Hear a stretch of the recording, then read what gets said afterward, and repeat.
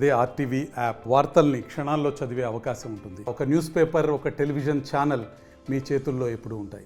నేటి నుంచి ఇంటర్ పరీక్షలు ప్రారంభమయ్యాయి. మొత్తంగా ఇంటర్ పరీక్షలకు పకడ్బందీగా ఏర్పాట్లు చేసింది ప్రభుత్వము. ఎక్కడ కూడా ఎలాంటి ఇబ్బందులు కలగకుండా వారికి బస్సు సౌకర్యాలు కూడా ఏర్పాటు చేసింది. నిజామాబాద్ జిల్లా కేంద్రంలో ఉన్న మనం కాకతీయ పరీక్షా కేంద్రం వద్ద ఇంటర్ విద్యార్థులకు అన్ని సౌకర్యాలు కల్పించింది. లోపలికి ఏదైతే 5 నిమిషాలు ఆలస్యమైనప్పటికీ కూడా వెళ్లేందుకు విద్యాశాఖ అనుమతులు జారీ చేసింది. మొత్తం జిల్లా వ్యాప్తంగా ప్రథమ ద్వితీయ సంవత్సరాలకు సంబంధించి 36,222 మంది విద్యార్థులు పరీక్షలు రాయనున్నారు. మొత్తంగా 57 కేంద్రాల వద్ద పూర్తిగా పరీక్షల నిర్వహణకు అధికారులు అయితే సిద్ధం చేశారు. ఫ్లయింగ్ కార్డు, సిట్టింగ్ కార్డులతో పాటు ఏదైతే పరీక్షలకు సంబంధించిన కమిటీని కూడా ఏర్పాటు చేసి హైపర్ కమిటీ ఏర్పాటు చేసుకున్నారు. ఎక్కడ కూడా వారికి ఇబ్బందులు కలగకుండా ఏదైతే పరీక్షలు రాసే విద్యార్థులకు ఎలాంటి ఆటంకాలు లేకుండా కూడా ప్రభుత్వం అన్ని రకాల చర్యలు అయితే చేపట్టింది. మొత్తంగా పక్కాగా ప్రణాళిక ప్రకారమే పరీక్షల నిర్వహణ చేస్తుంది. మొత్తం పరీక్షలకు సంబంధించి ప్రశ్న పత్రాలు తెరవడం, జవాబు పత్రాలు అవన్నింటి కూడా సీల్ వేయడం కూడా పర్యవేక్షణలో ఉంటుంది. దానికి సంబంధించి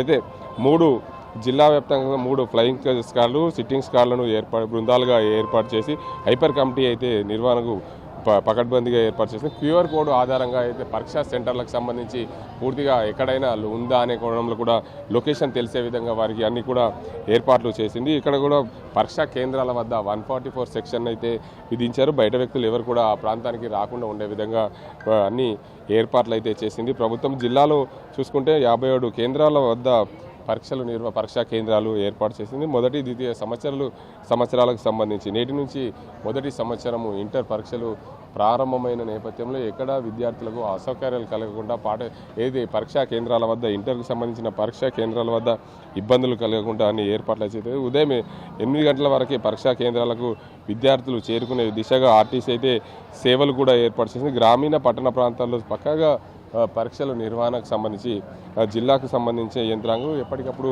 ఏర్పాటు చేసింది. మొదటి సంవత్సరం పరీక్షలు రాసే విద్యార్థులు 17,789 మంది విద్యార్థులు ఉన్నారు. ద్వితీయ సంవత్సరం పరీక్షలు రాసే విద్యార్థులు 18,433 మంది విద్యార్థులు. మొత్తంగా 36,222 మంది విద్యార్థులు 57 పరీక్షా కేంద్రాల ద్వారా నిర్వహణ జరుగుతుంది. మొత్తంగా పరీక్షా కేంద్రాల వద్ద 144 సెక్షన్ అయితే విధించారు. ఎక్కడ ఇబ్బందులు కలగకుండా వారికి అన్ని రకాల సౌకర్యాలు ఏర్పరిచారు. లోపలికి కూడా ఏదైతే ఎలక్ట్రానిక్ గూడ్స్ తీసుకెళ్లకుండా కూడా నిషేధం అయితే చేసింది.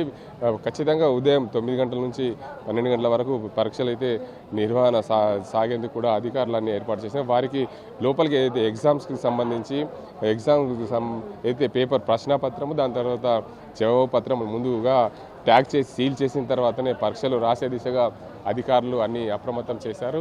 నిజామాబాద్ జిల్లా వ్యాప్తంగా ఏదైతే పరీక్షలు అయితే ప్రశాంతంగా సాగేందుకు జిల్లాకు సంబంధించిన యంత్రాంగం, జిల్లా కలెక్టర్ కూడా అధికారులకు ఆదేశాలు జారీ చేశారు. ఎక్కడ కూడా విద్యార్థులు పరీక్షలు రాసే విద్యార్థులకు ఎక్కడ అసౌకర్యం కలగకుండా పాఠశాల ఏదైతే ఇంటర్ కళాశాల ఏదైతే దానికి సంబంధించి పరీక్షా కేంద్రాల వద్ద ఇబ్బందులు లేకుండా చూసే విధంగా అధికారులను అప్రమత్తం చేశారు. సిట్టింగ్ కార్డ్స్, ఫ్లయింగ్ కార్డ్స్తో పాటు ఎక్కడైనా సరే వారందరికీ కూడా పిల్లలు పరీక్షలు సజావుగా సాగే దిశగా చూడాలి, ఇబ్బందులు కలగకుండా ఉండే దిశగా చూడాలని చెప్పి అధికారులను ఆదేశాలు అయితే జారీ చేసింది విద్యాశాఖ. ఎప్పటికప్పుడు పర్యవేక్షణ ఉండే విధంగా చూసుకునే దిశగా విద్యార్థులు ఏదైతే మాస్ కాపింగ్కు పాల్పడకుండా ఉండే దిశగా లోపలికి ఎలక్ట్రానిక్ గూడ్స్ అయితే అనుమతించలేదు. ఎందుకంటే ఎలక్ట్రానిక్ వాచ్ను కూడా అనుమతించకపోవడం సంబంధించి దీనికి అందరికి సంబంధించి ఎన్నికల నిర్వహణ సజావుగా సాగాలంటే విద్యార్థులు పరీక్షలు సజావుగా రాయాలంటే అన్ని ఏర్పాట్లు అయితే చేసిందని చెప్పి విద్యాశాఖ తెలుపుతుంది.